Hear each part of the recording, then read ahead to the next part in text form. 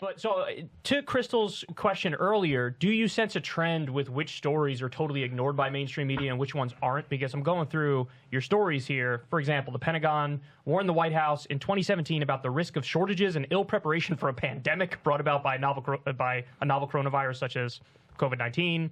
And then you also obtained an FBI document that stated the Washington field office, quote, has no intelligence indicating Antifa involvement or presence during D.C. area protests, in contradiction to Attorney General William Barr. Do you notice that, like, almost all the stories under Trump were picked up because they sort of wrecked the Trump administration, and now the ones under Biden are not? What trend do you sense? Totally. Yeah. I mean, things are slotted into this partisan prism, and when I get these sources, I think a large component of the luck that I've had with that is that a lot of people don't fit into either of those prisms. There's a hell of a lot of people that just, they're not resistance and they're not MAGA. There's just a lot of people like that. Yeah. And I've seen sometimes reporters have said, oh, this guy's trying to advance this view or this view. And it's like, have you ever met someone outside of DC? A lot of people just don't. Either they don't care or they find the entire thing disgusting and distasteful and they want to kind of check out. There's a whole lot of civil servants like that just want to do the job and they find all this stuff really irritating. And those tend to be the folks that come to me. Well, that is one of the things that that I think is really interesting. I mean, maybe it should be obvious to take this approach, but a lot of your scoops with regards to national security, you're getting rank and file folks. Exactly. So it's not the fancy people at the top. I mean, you talk about people who have an agenda and want to push a particular, ideological perspective. Oftentimes that is the people who are in the upper echelons of these agencies. But a lot of times your reporting seems to come from the workers who are lower level, the rank and file, who reach out to you and have some story to tell about what they're seeing doing the work on the ground. Yeah, what's amazing, I have a friend who was working on a national security story for the Times, and he was having a lot of frustration getting it through because he had several sources verifying what he found. But what they wanted was sign off from someone at the very top, at the cabinet level, that kind of thing. And I think that's a norm at a lot of these major papers. I'm not saying that it's necessarily on, it's an official rule or anything. But the attitude is, if someone from very high up doesn't sign off on it, I don't know how conscious this is, but it's like, we don't want to piss them off, or maybe they believe that it's not true. But that's going to miss a whole lot of stories because people at what's called in the national security world, the senior executive service level or the cabinet level, they've got a whole different set of interests than people, not even at the bottom, but a lot of my sources are like fairly high up. They're just not quite at the political appointee level or cabinet level or SES level necessarily. And so when you get the same problems that you get with reporting generally that relies on the rich and powerful and well-connected, you're just not getting the whole picture. And I don't even know if it's conscious. It's just if you only talk to, those certain types of people, you're going to get a much sunnier picture of things generally. And that's how you have catastrophes like not understanding how quickly the Afghan government would fall, which I think a lot of serious people could have told you if you had just asked, an academic, for instance, that follows these things closely. If you're just talking to guys at the top, Chomsky predicted it. Right. It's every conflict that happens almost immediately because they're so corrupt and out of touch, these client governments that we create. So when you're only talking to these people at the very top, they may themselves believe that things are going great because that's what they're having to brief their boss on and saying, oh, everything's wonderful, everything's so good. And that just gives you a really inaccurate and warped picture of how things, work generally, I think.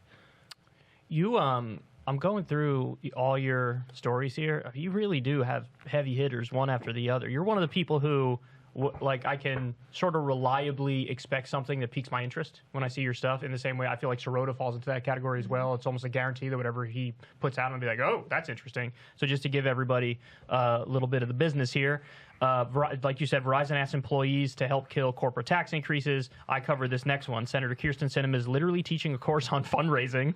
That was something, wasn't it? Yeah. Afghan resistance leaders, long backed by CIA, have fled following Taliban takeover, sort of showing how propped up and ridiculous. I wish that was a bigger one because people are talking about going back in there. Lindsey Graham is literally meeting with these leaders saying, oh, there's a resistance there that we can fund.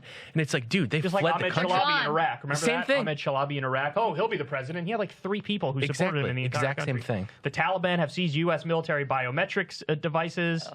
I mean, CIA drove spike in media leak investigation requests under Trump. Military removes training documents. Oh, this is because of you, right? So you leaked a story that showed that the military was conflating socialists with terrorists in some Navy training document or something. And now the military removed that training document probably because of your reporting, correct? Right. Yes. And one of the biggest frustrations of mine over the last several years has been this idea that this counter extremism push is only going to hurt the far right wing. That's absolutely not true. I mean, I know the guys. I have access to their, I published in 2017 their counterterrorism priority lists. There were left-wing groups there too. They mentioned Black Lives Matter. They were talking about using confidential informants to penetrate these groups.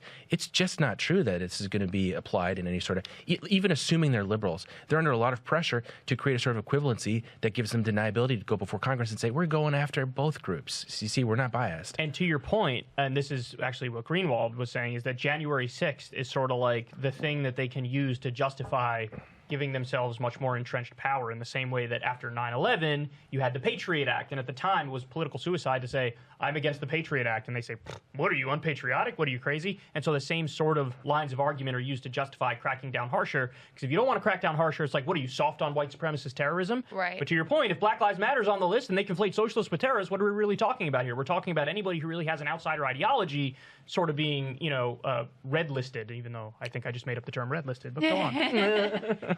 Ken, in your reporting, look, every president effectively abuses their power, whatever powers they inherit from the previous one. They seek to expand those powers. I mean, we've seen this pattern over and over again through Democratic and Republican presidents. But there was a lot of focus during the Trump years on the ways in which his administration operated in a different manner, especially the quote-unquote deep state, the Defense Department, the CIA, all of these agencies. What did you see, or did you see fundamental sort of like norms being broken, things that you found to be legitimately concerning and dangerous that were different from what other administrations had done?